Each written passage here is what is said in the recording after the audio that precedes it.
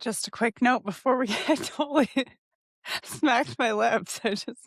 Now I'm never gonna the whole episode. Okay. So, You did really good yesterday. You never said hoist one more time. all right. So, just a quick note before we get started. My opinions are my own, not of my real estate shows, not of my real estate companies, not any entity tied to either, just mine and producer Brian's. All right, let's go.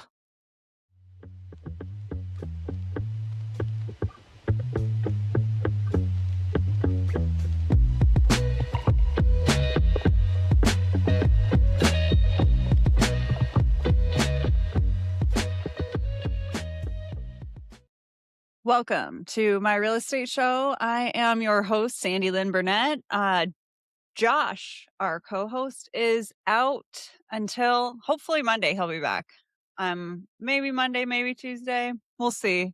We'll see when we let producer Josh, our co-host Josh, come back. But I've got producer Brian here.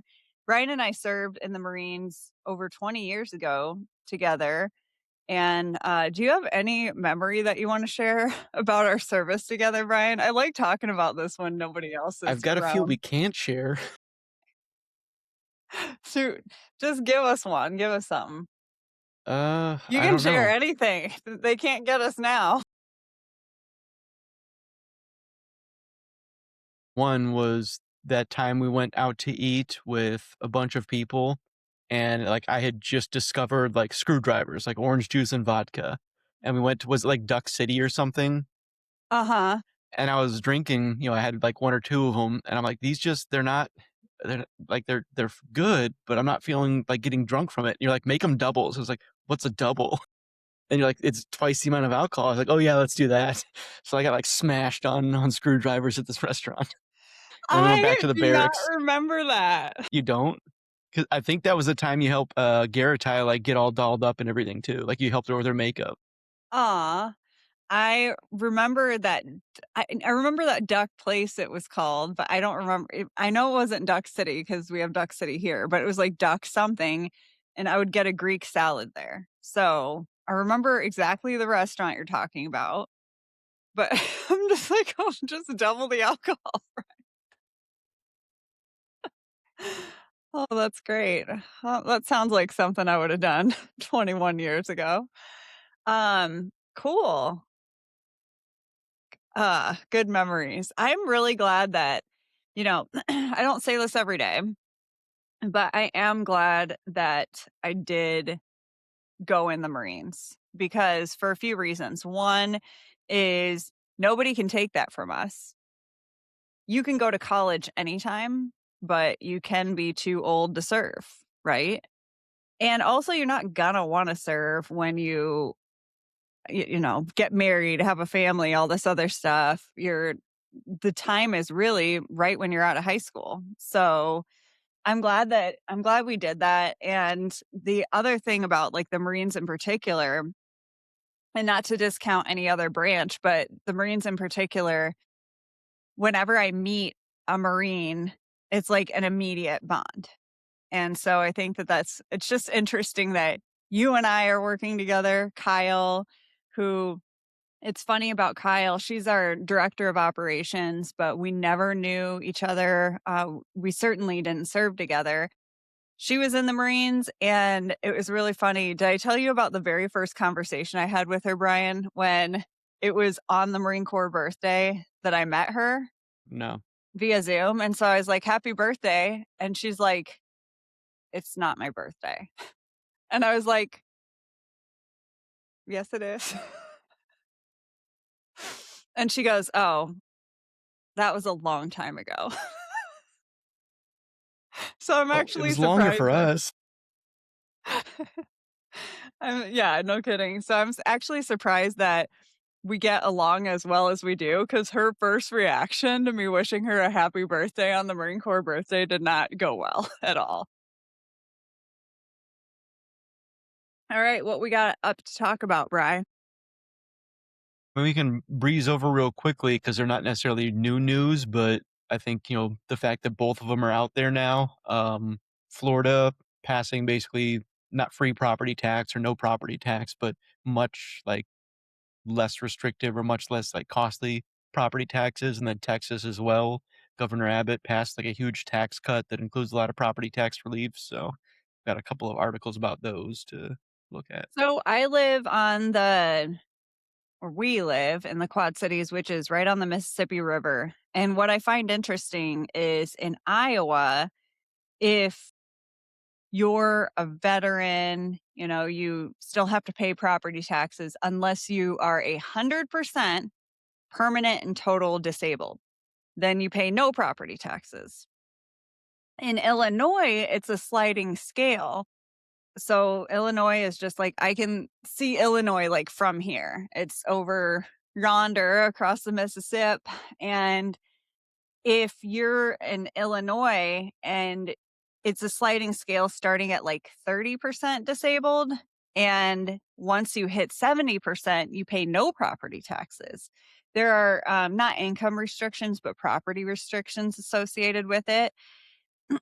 So I would pay no property taxes if I lived in Illinois, Brian, but the caveat is I'd have to live in Illinois. Yeah, there's like I can't see it. Like, as soon as I cross over the bridge, I just feel like I can't. I don't know what it No, I is. feel, like, constricted or something. I don't like being in Illinois. I just can't imagine living in Illinois. I could get a much nicer house over there. It's not like, my daughter's grown, it's not like I have to worry about school district or anything anymore, and, yeah, I just don't want to. So, it is exciting to hear that Texas and are we talking property taxes or income tax? Property. Okay, good. Um, I'm excited to hear that Texas and Florida, have passed that, so let's talk about that. You said you pulled some articles? Yeah, so the Florida one, this is a little older. It passed in February. Okay. Basically, joint resolution and non-school property taxes. So again, that's it's not completely none, but it's pretty So are complete, they saying, like, they're straight up ending property taxes, veteran or not, like, senior or not? which would have gradually increased the exemption for non-school related property taxes by $100,000 each year for 10 years. What's your philosophy on taxes besides that taxation is theft? That pretty much covers it. But if I just wish everybody had sales tax. Like, let's Yeah, just do sales tax only.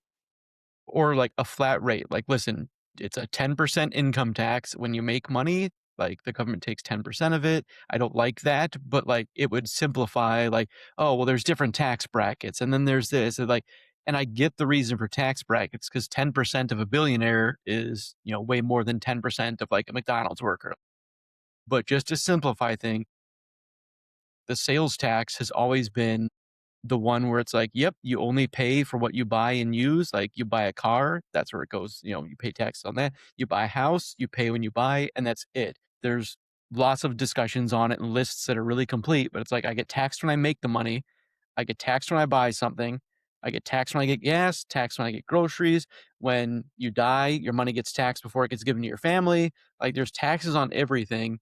And now we're seeing like how much fraud, waste, and abuse is going Oh on, my god. the billions of dollars that go overseas to nothing that has anything to do with the United States. Like, well, okay, like you really need to like give me the chart that shows me what my money is going to, because I'm starting to get really like discouraged that you need all this money from me.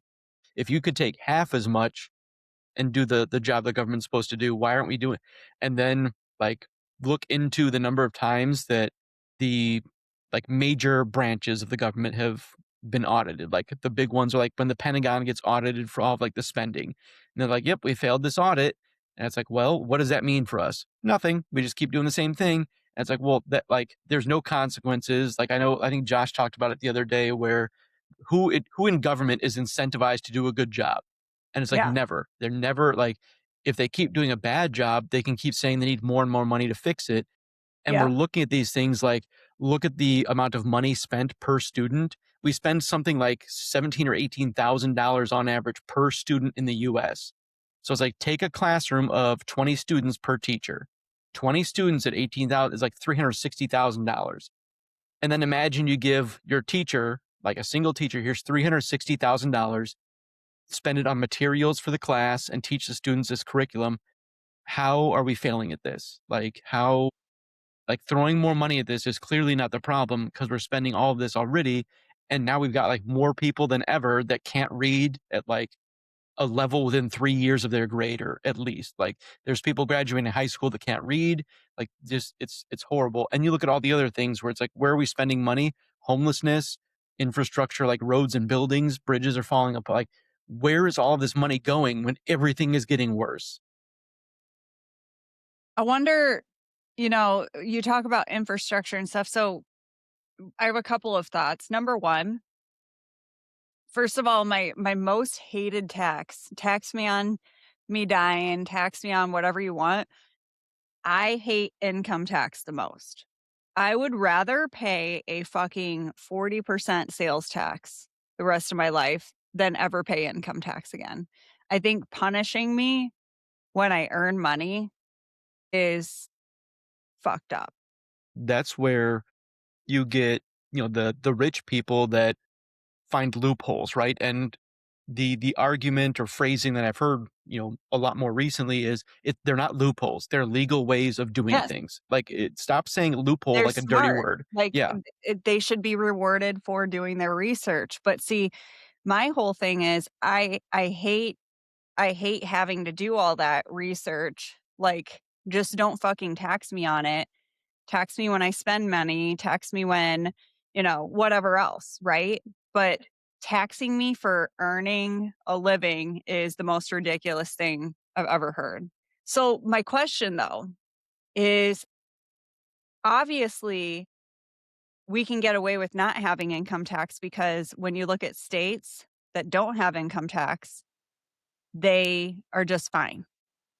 Tennessee, what are some of the states that don't have income tax? I know Tennessee for sure. Well, and then there's like, how do they do it? And it's like, well, they have taxes when they have toll roads. They have other things. Like there's other ways to get money. Yeah, exactly. Oh, I mean, I love toll roads. Here's the thing.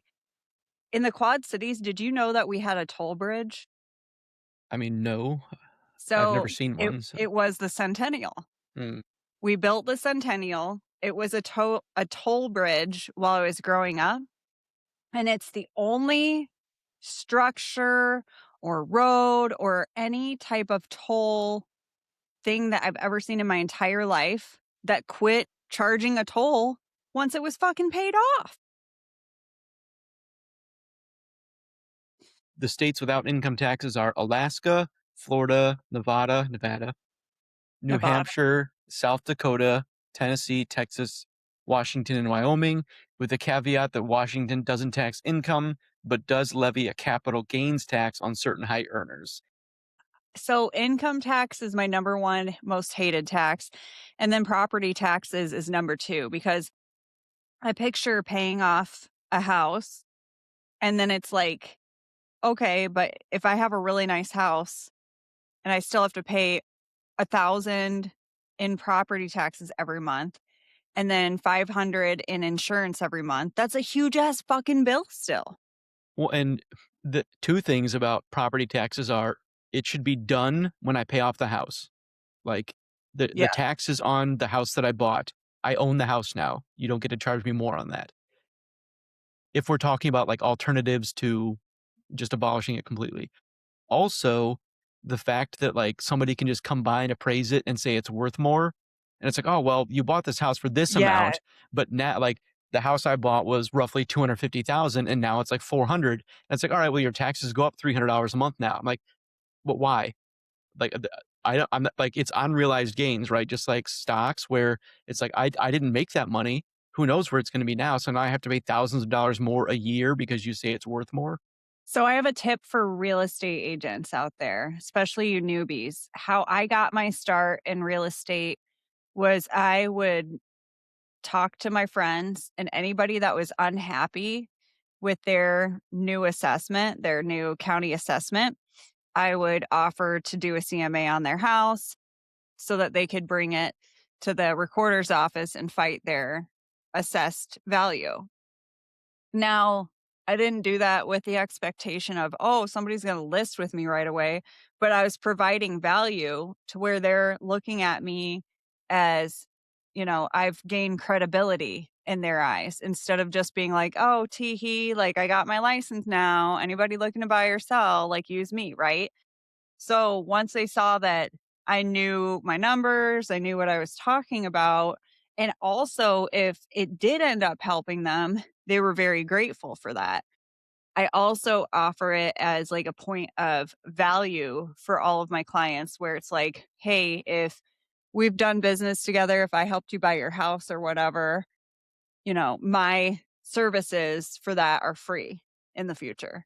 If somebody else isn't my client and they want me to, do that, then I charge them. I literally charge them for an CMA. So that's one way that I got my start. But I want to give this other little lesson because it was something that I was fortunate enough to learn in my career right away. Right when I was getting started, I attended a really good training, but in case you haven't been fortunate enough to learn this right away in your real estate career, I want you to learn how to talk to people like this. Mr. and Mrs. Seller, there are three types of value on your home. There's appraised value, which is how much the lender's willing to loan. There's assessed value, which is how much the tax man wants to collect.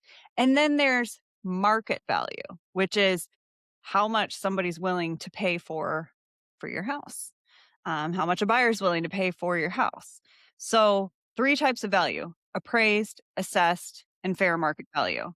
Just because your house was assessed at XYZ amount doesn't mean that a buyer is going to be willing to pay that much. Just because a buyer's willing to pay $300,000 doesn't mean the bank's willing to loan you that much.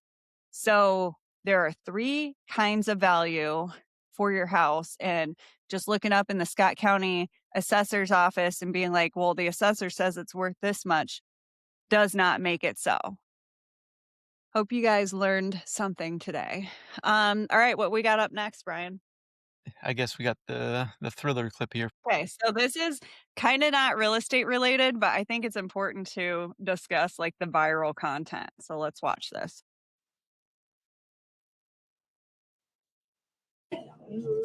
If you're gonna hit thriller, hit it right. Get into character. Let me see your eyes. You're a dead person. You're dead.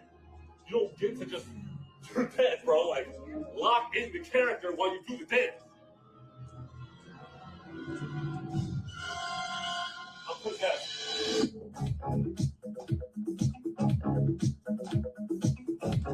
See? Push. Yup.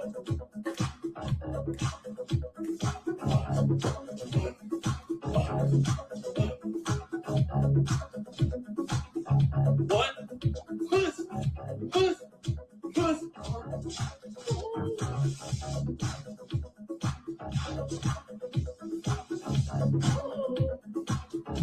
See what I'm saying? I'm a possessed dead person. Move it. Ah. Huh, huh, huh. Huh, huh, huh, huh. I'm dead.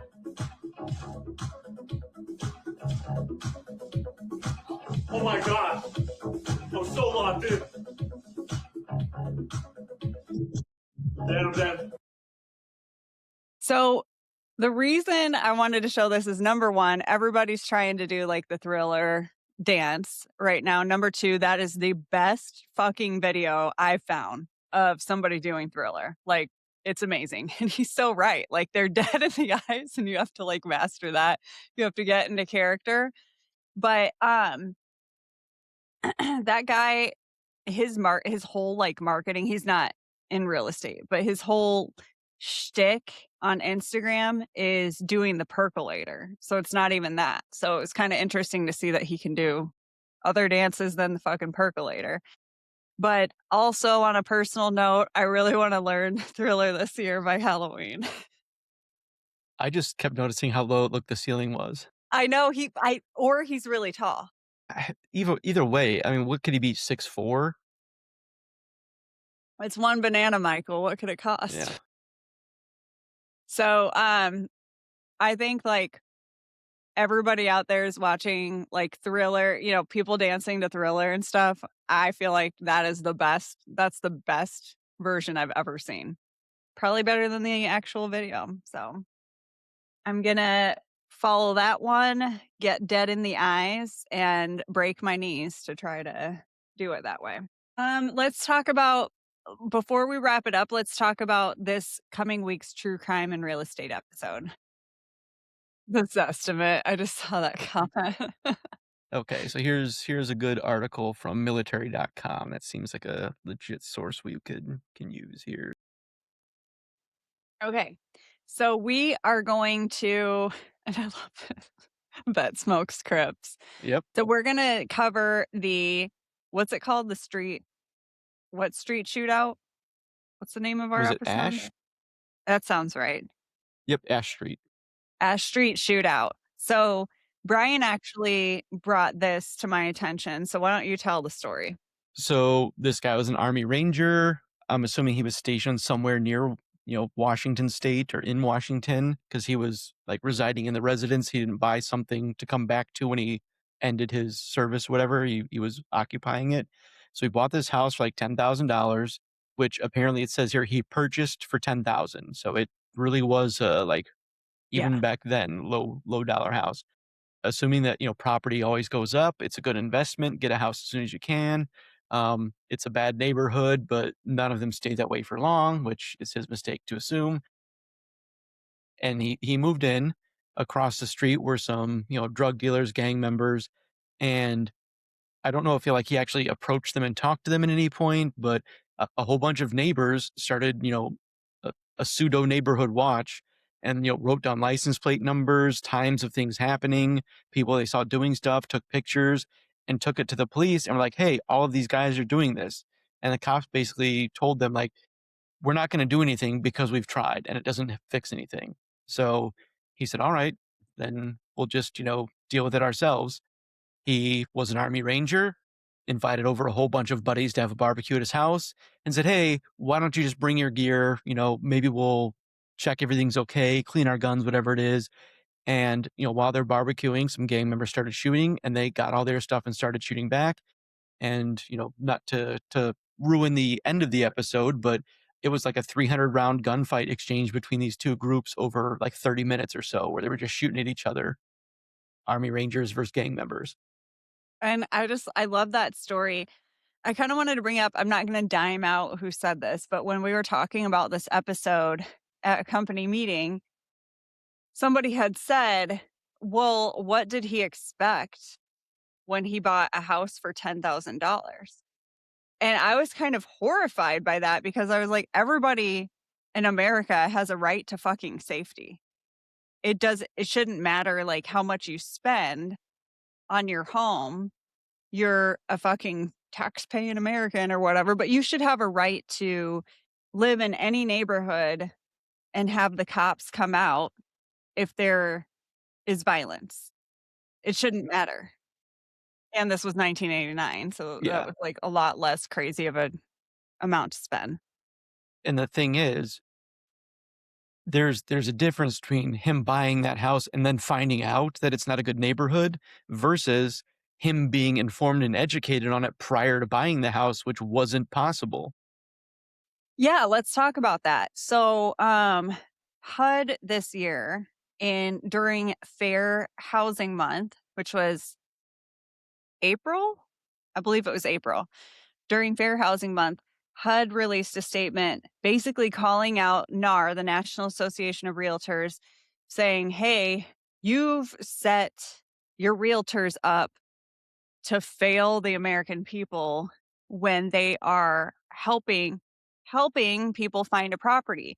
Because NAR basically tied agents' hands behind their backs and was like, don't comment on anything you're going to get yourself into like a big fair housing violation if you report on crime statistics or school, whether it's a good school district or not, whatever, right?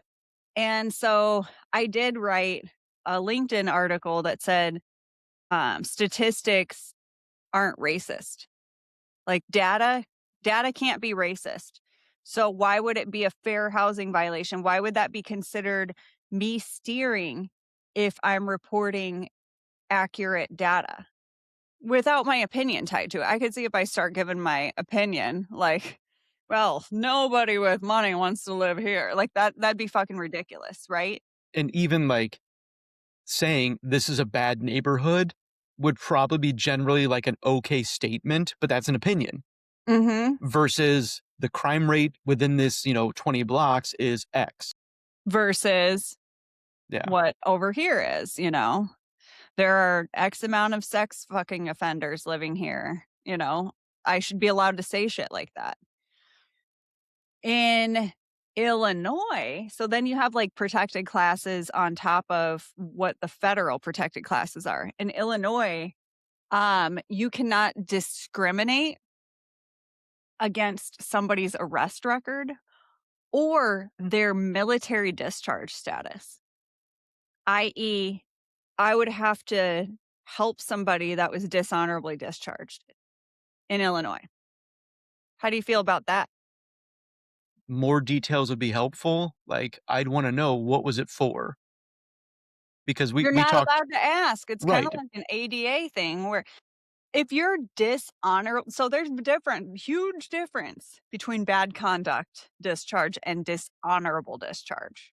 Because my brother was like, cop over in the Air Force, and he was saying the horrible things that somebody would have to be convicted of in order to have a dishonorable discharge. And you're a fucking like high degree felon for that. You're usually like in prison for life, but sometimes if you get out, but I'm not allowed to question that. I can't discriminate against you for that. I try to, play devil's advocate or benefit the doubt or whatever. I'm like, the thing where it's like, yeah, I peed in a public park at night, so now I'm a like registered sex offender. And it's Yeah, like, I bet there's some cases where it's like I did something that's I wouldn't say seemed acceptable, but it's like I did this and it turned into this crazy thing happening. Like, but agreed. that's why That is, yeah, you should be able to like know. And the same thing with like convicted felons, where it's like, yeah, like he was convicted of fraud. It's like, well, I prefer not to work with him as a real estate agent because this is dealing with a lot of money. yeah, Or like I was convicted of a violent assault. I'd like to not work with him because of this. It's like, yeah, I was convicted of like stealing a car when I was 17 and they tried me as an adult. It's like, all right, good. yeah. Like you're good, man. So like I'd want to know the details and not being able to ask. Or even I got into a fight and somebody died in that fight, and like there's extenuating circumstances. Maybe you didn't fucking mean to kill somebody. You know what I mean? And you were 17 or whatever. There are extenuating circumstances, but I would say that the court system, like federal, state court system, there are lots of wrongfully convicted people in our court system.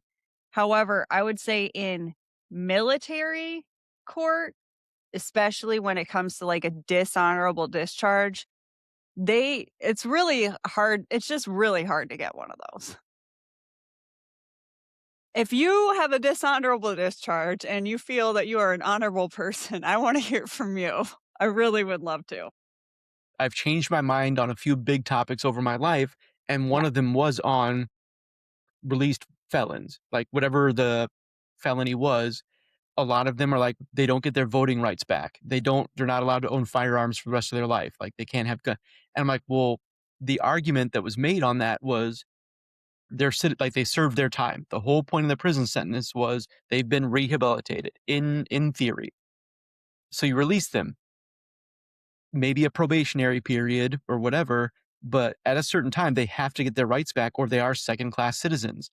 And Mhm. the right to vote's an easy one to, fix or whatever, but the argument like, well, we can't trust them with a gun ever again because they could be dangerous. Like then they should still be in jail. Yes. If they're still not trusted to own a firearm, then their sentence was not enough. Like, you can't pick this middle ground where they're always going to feel lesser than. So either give them their rights back or keep them in prison.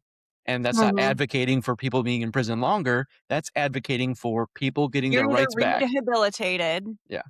or you're not. Yep. You've either served your time or you haven't. Yeah, that's interesting. All right. Well, this was fun. This was an easy Friday. We're gonna have like a lot more content coming up in the weeks to come for the show. It's been nice, like finding our rhythm, finding our footing. I'm going to be having some guests on soon. We're going to see what we like. My personal goal is to get the intro and outro kind of standardized, come up with actual segments that we get feedback from you guys on whether it's like, hey, we want to see this game played again or we want to whatever, right? So we've been working behind the scenes. We're excited to come up with some content and just have some themes for this show. So do you have anything else before we end it? Nope. All right. Well, we are live every weekday at noon central. If you happen to catch our live stream, it's pretty cool because then you can chat in the chat and you really could even influence how this episode goes. So that's pretty fun. But also, if you miss an episode, our episodes are published every night by 9 p.m. Central Standard Time, everywhere you get your podcasts. If you found value in this episode or you like it or enjoy it, please leave us a review wherever you listen and share it with somebody that you think would find value as well. I don't think I'm missing anything else. We'll see you next week, noon. See ya. And the true crime episode will be Tuesday at 10 a.m. Central on the My Real Estate Co channel. Yep. You got it.